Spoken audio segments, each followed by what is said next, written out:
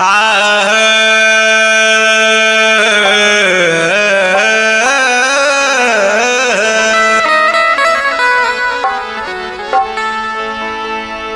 भैया, आज एलकेवी recording studio में एगो भजन के रिकॉर्डिंग होता, जिसमें पैट पर संगत करता रे हमरे बड़का भैया राही धमाका जी, और नाल पे संगत करता रे हमरे पिंटू गुरु जी, और बैंजू पर संगत करता रे हमरे बड़का भैया दिलीप जी।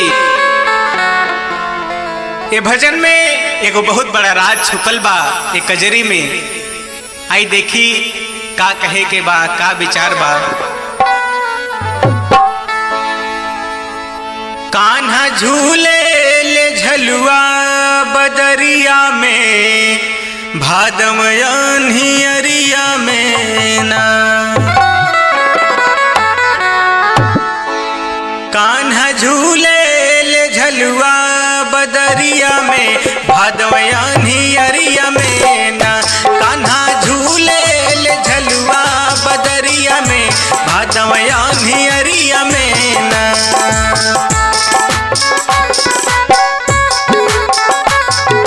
जय हो दिलीप भैया, जय हो सागर भैया, का बात बा। जय हो जय हो, बारे हमारे गुरु जी, बा हो रही भैया, जय हो।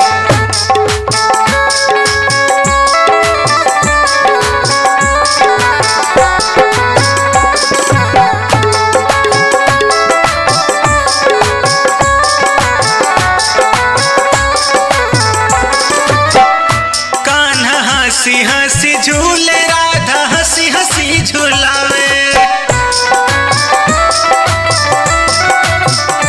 कान्हा हंसी हंसी झूले राधा, हंसी हंसी झूलावे। राधा हंसी हंसी झूलावे, राधा हंसी हंसी झूलावे। हे मन करेला देखी भर नजरिया में, भादमयन हियरिया में ना। महन करेला देखी भर नजरिया में, भादमयन